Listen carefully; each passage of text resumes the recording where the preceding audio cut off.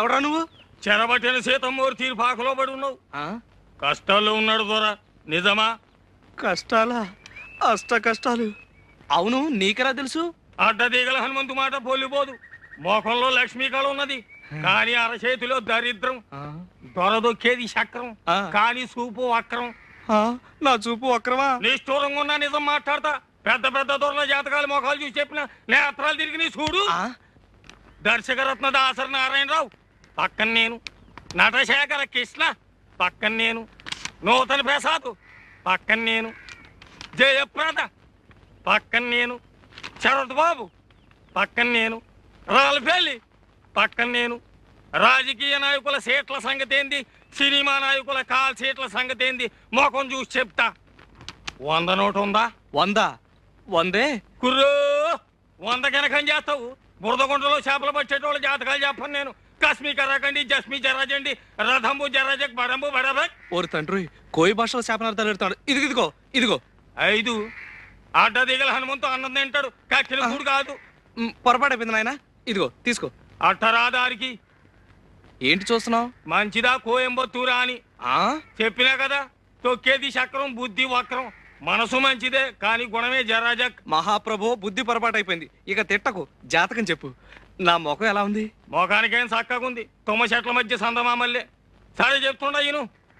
కొండదేవర తల్లి సత్యమైన వాక్కు పలకాలే.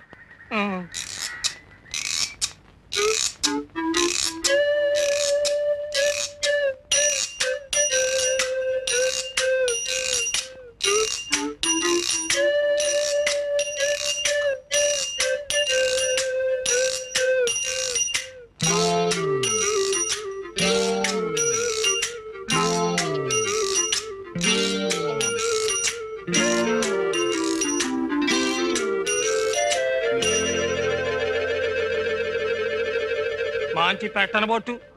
పెట్టంటే కన్య, కానీ ఆ పెట్టకు కుడితోడ మీద కుంకుడు కిందంత పుట్టుమచ్చ ఉండాలి. దొరికిందో నీ చక్రం తిరిగిందే. ఇక నువ్వు కానీ ఈ ఊళ్ళో ఏ పిల్లకుందని వెతకను? ఒడుపుని ఏ చెప్తా ఇనుకో. ఆడోళ్లలో 4 జాతులు ఉన్నాయి, పద్మిని, హస్తిని, చిత్తిని, శంఖిని. అందులో పద్మిని జాతి పెట్టనబొట్టు. దాని చూపు తీరే ఏరుంటది. పెద్ద పెద్ద కళ్ళుంటాయి, చక్కటి పళ్ళుంటాయి, ఒళ్ళు తెల్లగుంటది, మనసు జిల్లుగుంటది. దొరికిందో నీ సుడి తిరిగిందే. నువ్వు భూమి మీద ఉండవు, విమానంలో పోతావు. నువ్వు పట్టిందల్లా బంగారం అవుద్ది, ముట్టిందల్లా ముత్యం అవుద్ది. కానీ పుట్టు మచ్చ మచ్చ ఉండాలి, లేదా మసైపోతావు. మరి చిక్కిందో నువ్వు లక్షాధికారివే. మహారాజు యోగం ఉన్నది నీకు.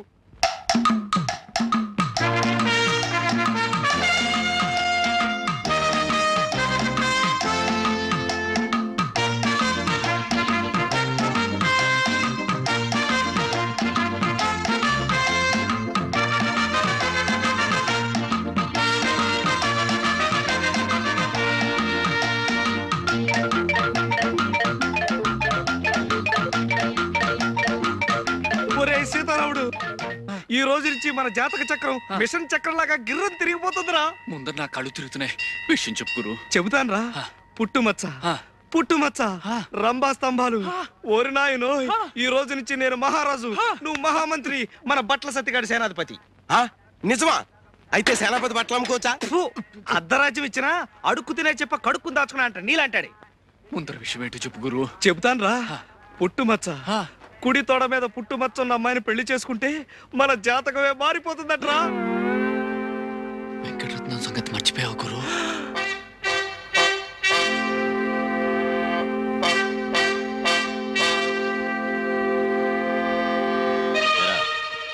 ఈ జట్కా సీనుగాడు తీసుకొచ్చిన సాక్ష్యాల దృష్ట్యా ఆ పిల్ల మీద చేయేసావని మరి ఇప్పుడు తేలింది.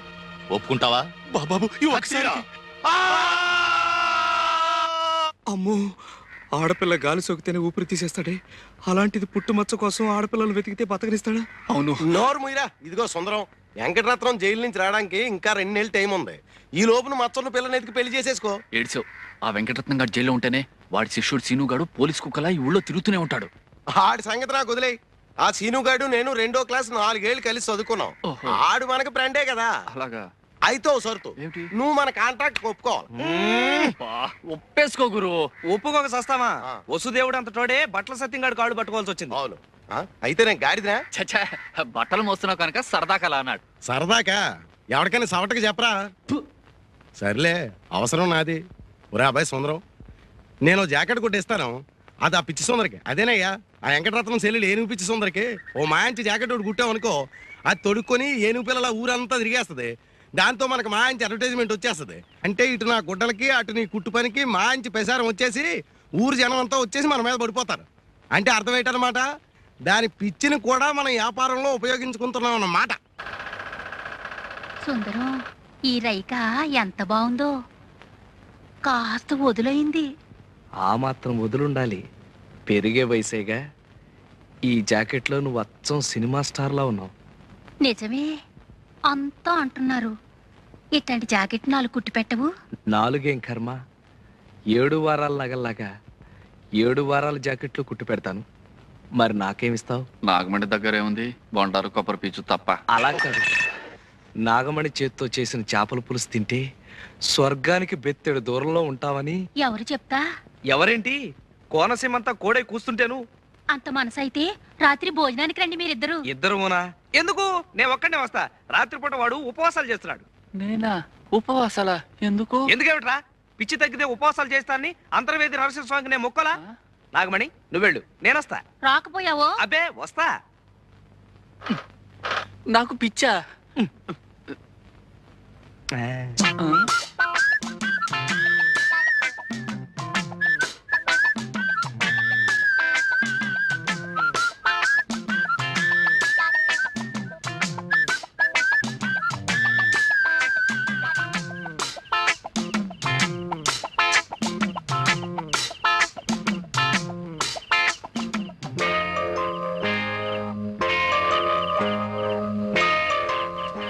చంద్రుడి కోసం ఈ కలువు పువ్వు, చెమజచ్చ కోసం నేను.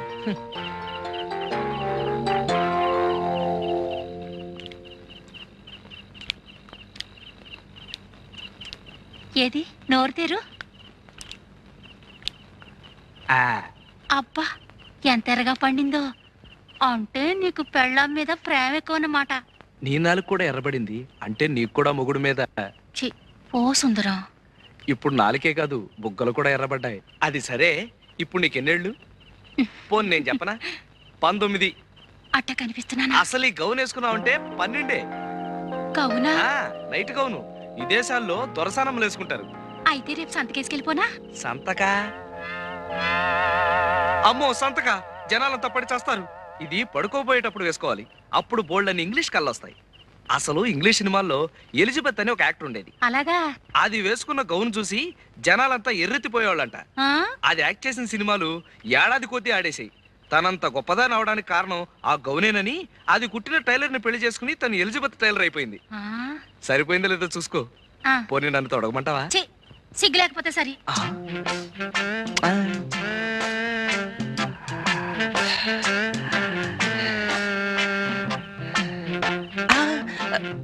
ఎందుకు వృధాగా ఆవేశపడ్డం? ఎలాగూ పల్చన గౌను వేసుకుని బయటకు వస్తుందిగా, అప్పుడు పుట్టుబచ్చ చూసేయచ్చు.